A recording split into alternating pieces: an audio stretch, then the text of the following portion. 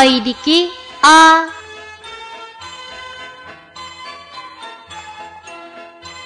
Bu harfning talaffuz qilinishi bundaq. A. Endi bu harfni o'z ichiga olgan misollarni ko'rib o'tamiz. A'ning ayrim shakli. Misol at. A'ning ayrim shakli. Misol ara. A'ning ayg'idan olingan shakli. Misol alma. A'ning ayg'idan olingan shakli. Misol ün alg'u. Tuanda biz rasmga birlashtirib, yuqorida o'rganib o'tgan harfning to'g'ri yozilish tartibini mashq qilib o'tamiz.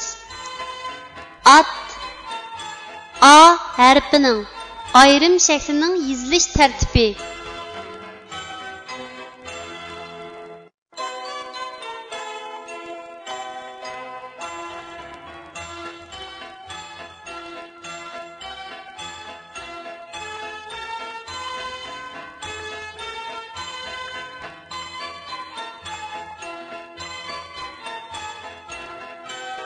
Ara A harfining ayrim shaklining yozilish tartibi.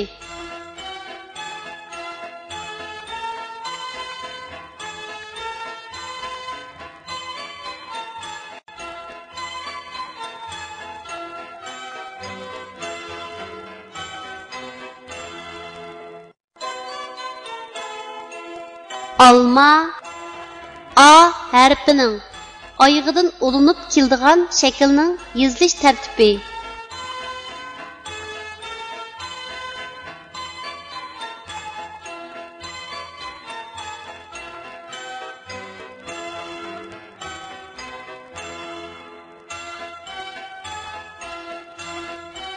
Ün alg'u A harfining ayg'idan olinib keldigan shaklning yozilish tartibi.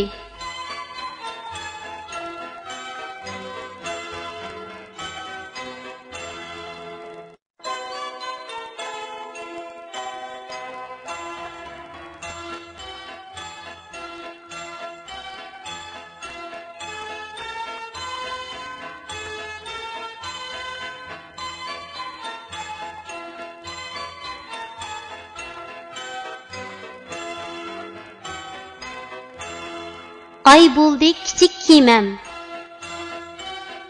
O'rg'aq ayga o'ltirdim. Ay bo'ldi kichik kiymam. Ko'rdim sonsiz yulduzni, ko'k ara kezib bardam.